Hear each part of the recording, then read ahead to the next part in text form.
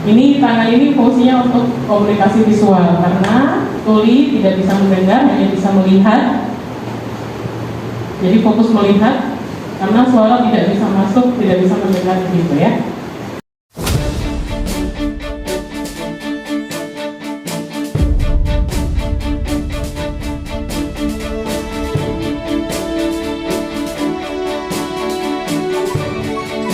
Kemarin saya baru kemarin itu di Tribunal itu ada gitu. Cuman kalau arah masuknya belum ada kayaknya, itu posisi sudah di pilihnya itu kayaknya sana.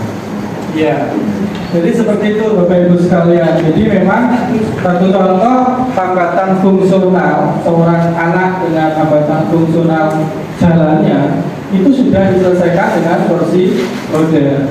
Tetapi hambatan lingkungannya, salah satunya infrastruktur, itu kemudian seolah-olah kursi rodanya itu tidak membantu. Justru dengan kursi roda itu membahayakan. Seringkali turun dari kursi roda kemudian ngesot, merangkak dan sebagainya. Nah, itu yang cara pandang kita seperti itu. Jadi ketidakmampuan seseorang itu bukan semata-mata karena hambatan di individunya, tetapi juga justru banyak faktor lingkungan. Mungkin pengalamannya ketika menerima penyandang disabilitas sebagai tenaga kerja, awalnya oke. Mbak Bibi dan teman-teman HRD sudah menerima oke, tetapi ketika di lingkungan kerjanya nggak paham, kemudian membuli, kemudian meremehkan dan sebagainya. Kira-kira bertahan berapa lama Mbak Bibi punya pengalaman nggak? Ada yang cepat keluar, tiba-tiba keluar. Yang terjadi yang kemarin itu yang 5 orang itu hambatannya itu hambatan intelektual. Itu sekitar 10 hari. 10 hari sudah keluar. Tuh, Pak Simon. Nah, tugasnya. Ya Pak, kemarin waktu Sudah komunikasi dengan Pak Simon. Ada masalah lagi. Betul. Nah, kira-kira yang digarap Pak Simon ini disabilitasnya, mau nggak Mbak Miji lanjut? Jadi kemarin itu yang bersangkutan itu awalnya tidak masuk. Komunikasinya kan memang saya kasih nomor kontak saya karena untuk yang disabilitas memang jadi tanggung jawab saya. Kemudian saya tanya, kenapa Mas hari ini tidak masuk? Jadi poinnya itu kan yang pertama itu sakit. Kemudian 3 hari masuk itu yang bersangkutan menginfokan izin. Itu juga tidak menginfokan ke siapapun, cuma atasannya itu kan menyampaikan ke kami. Alasan lain tidak masuk, Mbak, tolong dihubungi. Terus kemudian saya hubungi yang bersangkutan menyatakan kalau menunggu ibunya yang sedang operasi. Terus akhirnya hari ke-10 itu yang bersangkutan datang, terus kami tanyakan kembali mau tetap kerja atau gimana. Terus sayanya mau keluar aja. Seperti itu. Karena memang ada miskomunikasi, maka sudah saya jelaskan dengan Pak Simon dengan sekolahnya dari SMA SLB Purwantoro. Oh, Purwantoro. Iya. Kemudian kami juga ada program di Purwantoro. Nah itu salah satu ya beberapa keunikan-keunikan yang mungkin itu terjadi ketika kita berinteraksi dengan disabilitas. Nah ini dalam rangka menghadapi mengurangi hambatan itu, maka yang perlu kita perhatikan adalah untuk mengatasi hambatan lingkungan itu adalah adanya aksesibilitas. Apa itu aksesibilitas? Ya, aksesibilitas itu adalah sarana kemudahan yang diberikan kepada penyandang disabilitas dalam rangka mencapai kemandirian. Maka tadi kayak ram atau bidang landing, kemudian guiding block untuk teman-teman netra itu adalah aksesibilitas. Maka di trotoar itu tidak ada Mas Iwan dan teman-teman jalan di sana, itu tetap wajib wajib ada di blok yang kuning itu. Kalau yang untuk petunjuknya itu horizontal vertikal jalur gitu ya, garis-garis. Tapi kalau ketika tadi saya bilang oh ada pop, itu bukan berarti salah, tetapi ketika jarak beberapa meter, 1,5 meter atau 1 meter, itu ada ubin yang bulat-bulat, yang dot gitu. Itu bagi teman-teman sudah paham kepastian. Oh kalau ini ada bulat-bulat, berarti di depan ini ada apa-apa. Maka tongkatnya itu akan mengidentifikasi apakah ada sesuatu, apakah ini belokan, itu ada. Nah itu namanya aksesibilitas, itu wajib. Ada tidak ada, itu wajib. Di pemerintahan, di layanan publik, itu wajib. Jangan, mas, belum tentu nanti di kelurahan saya itu disabilitas pengguna prosedur setahun sekali ke sini, belum tentu ada. Kalau ada nanti saya bantu angkat. Itu enggak. Kalau nanti saya bantu angkat, itu berarti menyediakan akomodasi layak, reasonable accommodation. Itu. Karena bidang landai itu digunakan untuk semua orang. Coba yang lansia, coba yang sakit, dan itu mempermudah semua orang untuk mencapai kemandirian.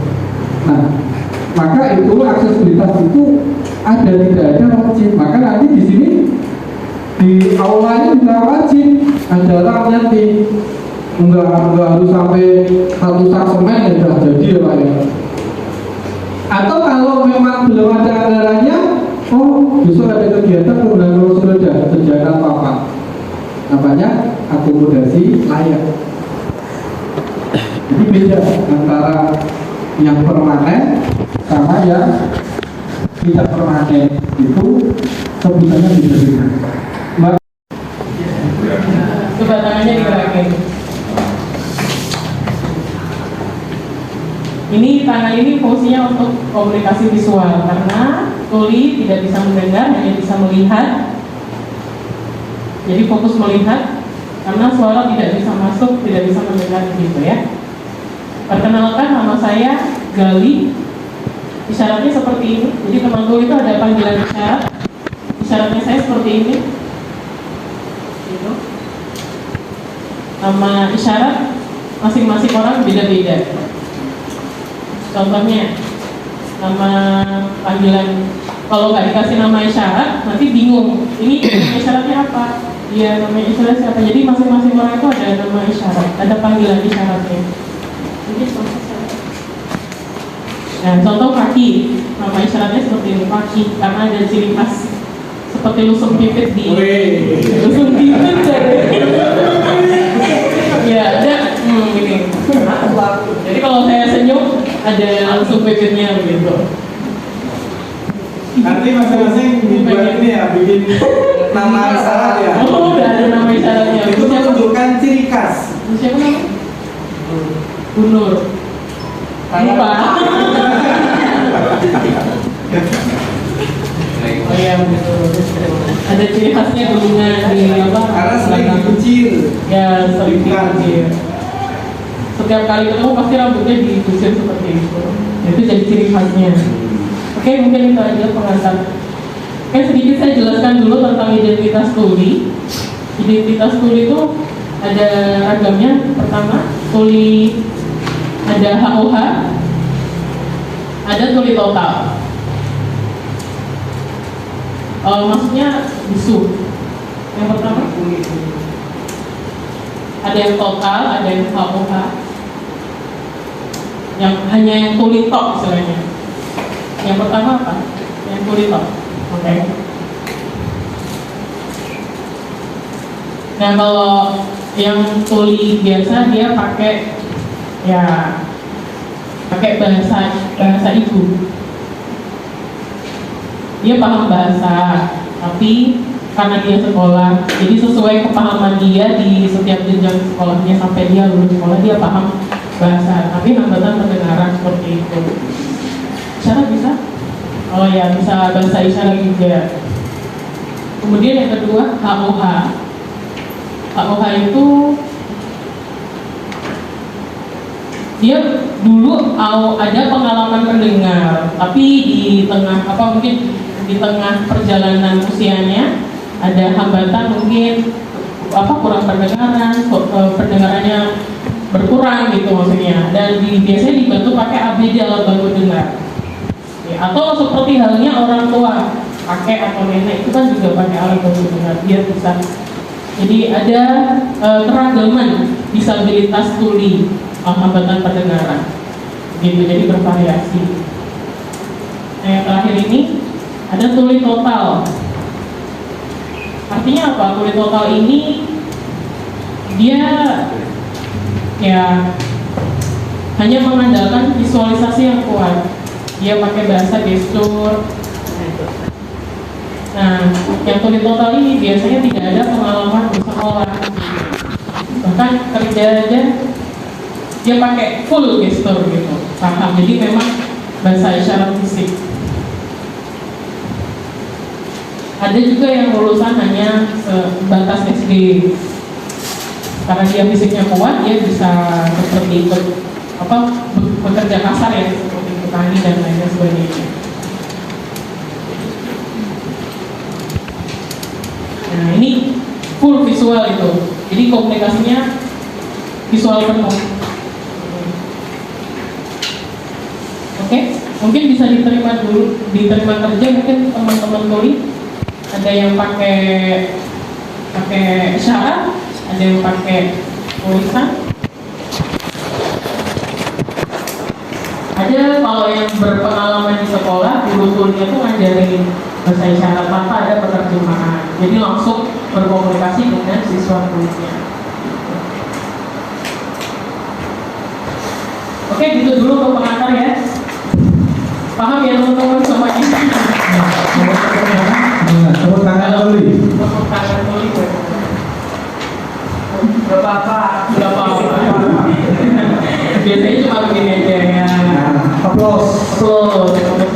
Nah, ini salah satu keragaman. Kalau teman dengar kan ditepuk-tepuk. Kalau teman tuli kan nggak bisa mendengar, hanya bisa melihat. Jadi seperti gerakan tangan yang seperti ini.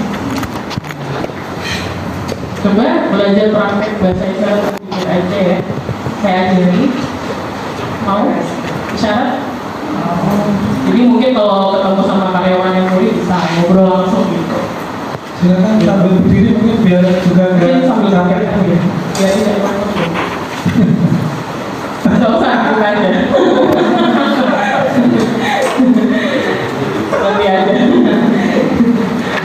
Iya. Terbatas waktu. Langsung aja. Ini langsung isyarat dulu apa cara berinteraksi Pak? Cara berinteraksi dulu. Cara berinteraksi. Kalau ingin menyapa itu diawali dengan apa? Bagaimana? Cara manggil. Oke, kalau di kebudayaan tuli, untuk tuli sama dengar itu beda. Kalau orang dengar kan ada suara kayak manggil, hai halo gitu kan. Tapi kalau teman tuli itu mengandalkan visual mata saja. Ya kalau mau manggil, caranya bagaimana? Seperti menepuk pundak. Contohnya bagaimana? Mungkin ada relawan yang mau bantu. Silakan Mas Biono atau dari peserta. Teman-teman ada yang mau praktek Silakan memanggil. cara memanggil.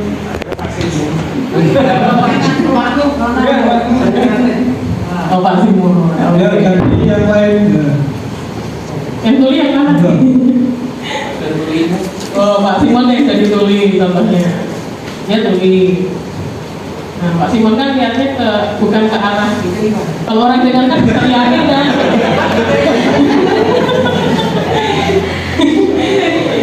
Biasanya kalau orang dengar diseriakin woi, gitu kan langsung nengok. Tapi kalau tuli enggak, harus ditepuk dulu pundaknya biar dia nengok. Tepuk kepalanya ya, nggak boleh, pundaknya aja. Seperti itu, nanti dia nengok. Kalau jauh gimana? Mas Biono bisa jadi pembisiknya Mas Iwan. Itu biasanya minta tolong temennya juga. Tolong dong Pak manggilin Pak Simon. Biar Mas Iwan juga bisa ngikuti. Bisa. Oh, jangan dilempar sepatu ya, jangan. Nanti bencong. Atau aku yang mengalah, aku harus mendekati itu, yang mendekati kawan bicaranya biar sekalian olahraga.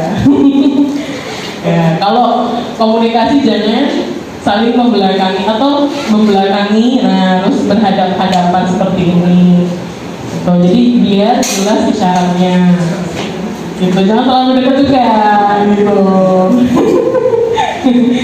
Gitu. Jadi kalau orang dengar kan biasanya kalau ngobrol gitu. Oke. Jadi untuk netra tadi Mas Iwan nanti bisa menjelaskan ya Mas, kenapa yang dipegang Mas Iwan?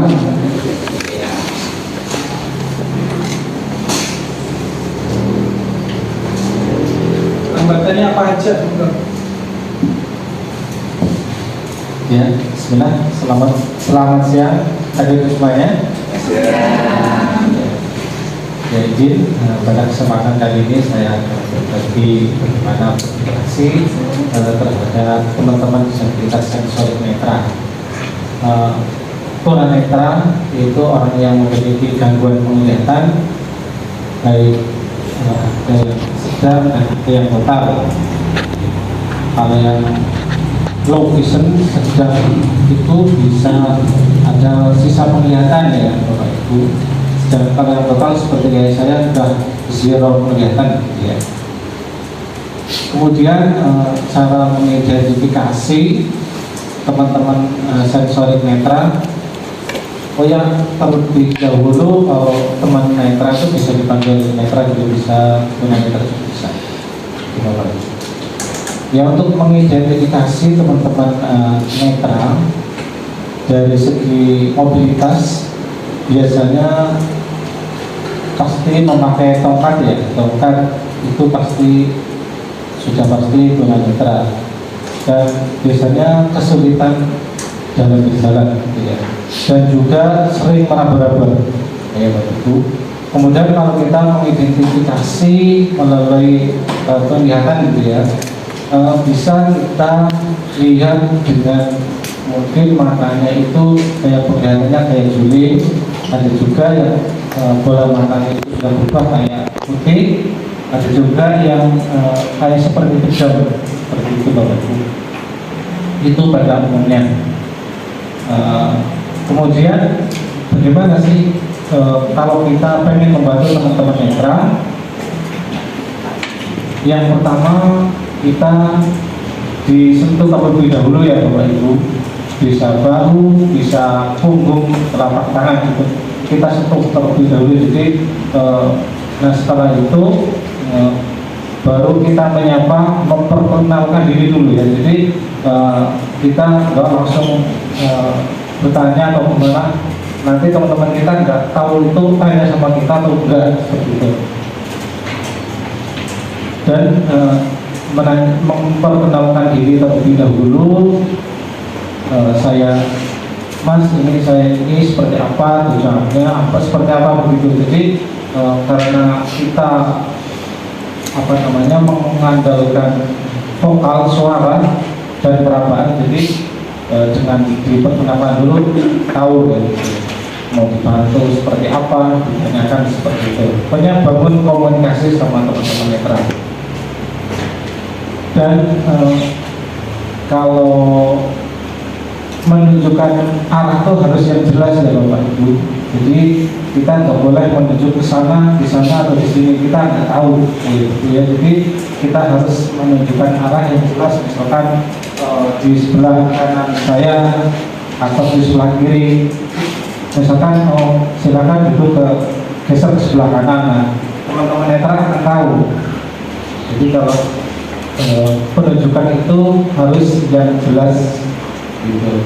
Dan kalau memberitahu juga, misalkan memindah barang, kita juga harus memberitahu ya. Apalagi teman-teman netra biasanya bawa tongkat. Jadi kalau misalkan sekiranya tadi pas pertama naruhnya tidak tepat, mungkin agak di sana itu dikasih tahu, atau mungkin memberikan makanan atau yang lainnya, itu semuanya harus dikasih tahu. Kalau biasanya saya sering itu tangan saya disentuhkan kalau misalnya dikasih kayak barang-barang panas seperti kayak teh itu dipegangkan terlebih dahulu. Jadi teman netra itu yang menempatkan sendiri itu Bapak dia.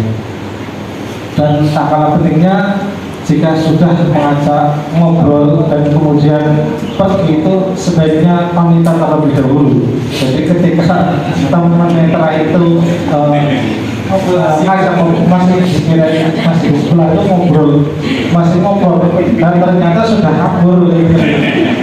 Jadi pokoknya bangunlah komunikasi dari teman netra itu gitu. Jadi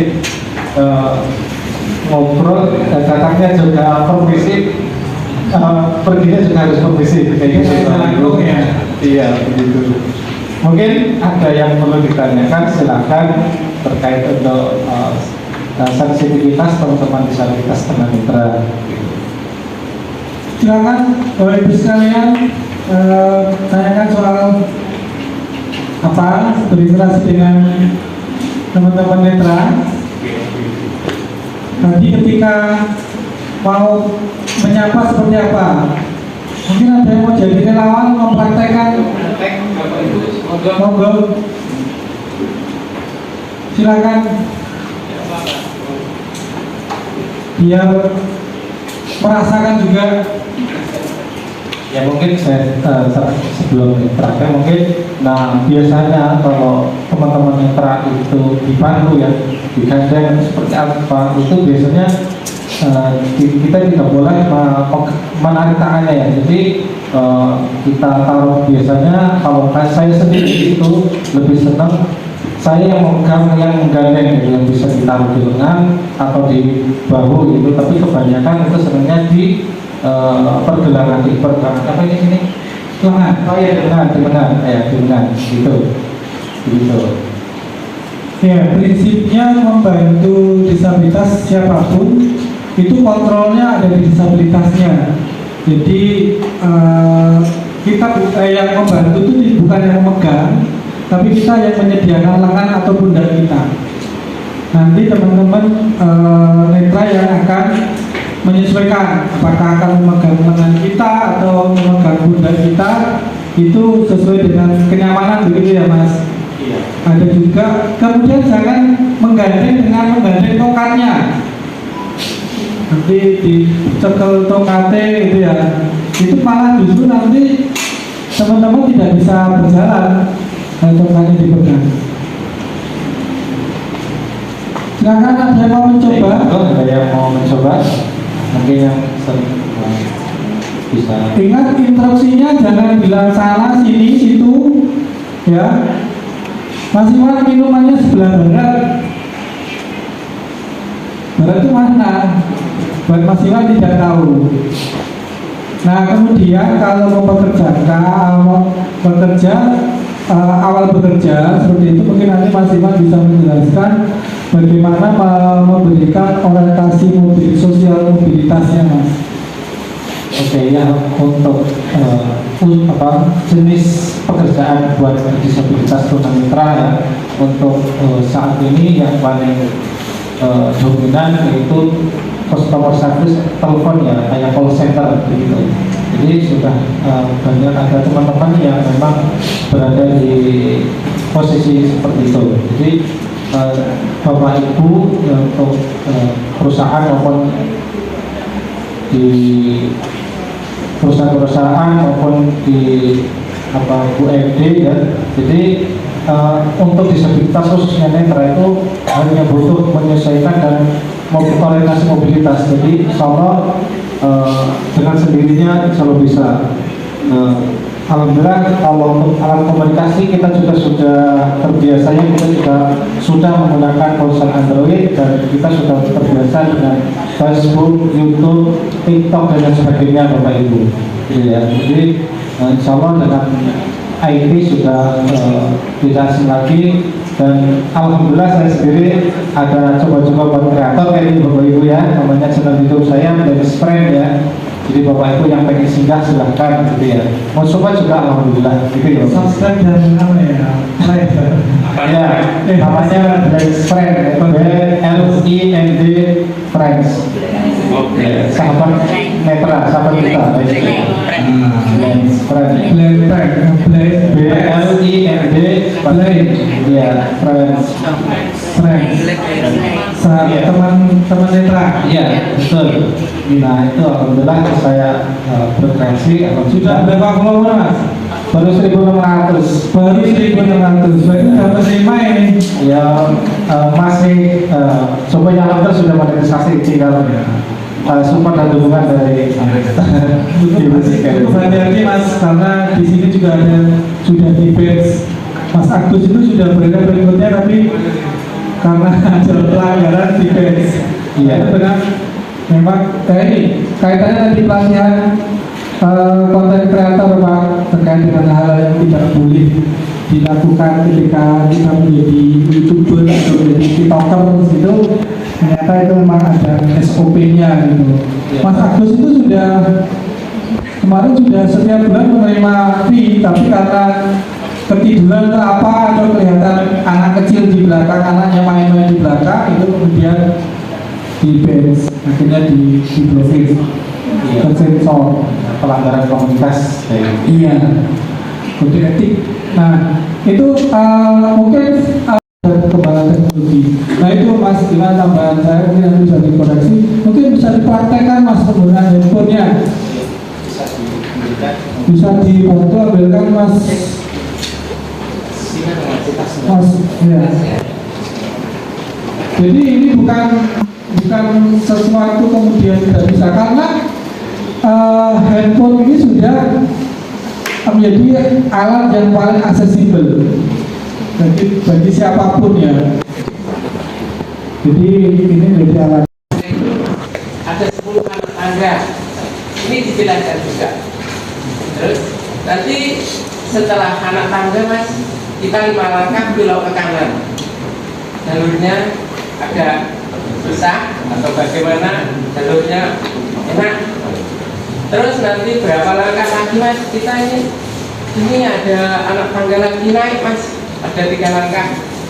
Ini supaya ini Mas Iwan sudah atau teman-teman netra bisa memahami ini. Terus kalau misalkan lagi pegangannya di dengan itu, terus dari sebelah pegangannya pakai tangan kiri. Kenapa? Karena biasanya yang kanan pegang tongkat ini ya. Jadi perlu ditanya dulu ya. Intinya tadi bertanya gitu, jadi bisa dijelaskan karena masing-masing keragamannya berbeda. Ada yang menggunakan tongkat sebelah kanan, ada yang sebelah kiri. Intinya ketika mau mendampingi itu di bagian yang tidak menggunakan alat bantu seperti itu. Begitu Mas Iwan. Dan orientasi tadi meskipun tadi bisa diceritakan, diskusikan, tetapi teman-teman ketika kita ajak berjalan ternyata diskusikan secara tidak langsung itu sudah menjadi pengingat teman-teman netra seperti itu. Saya praktek dulu.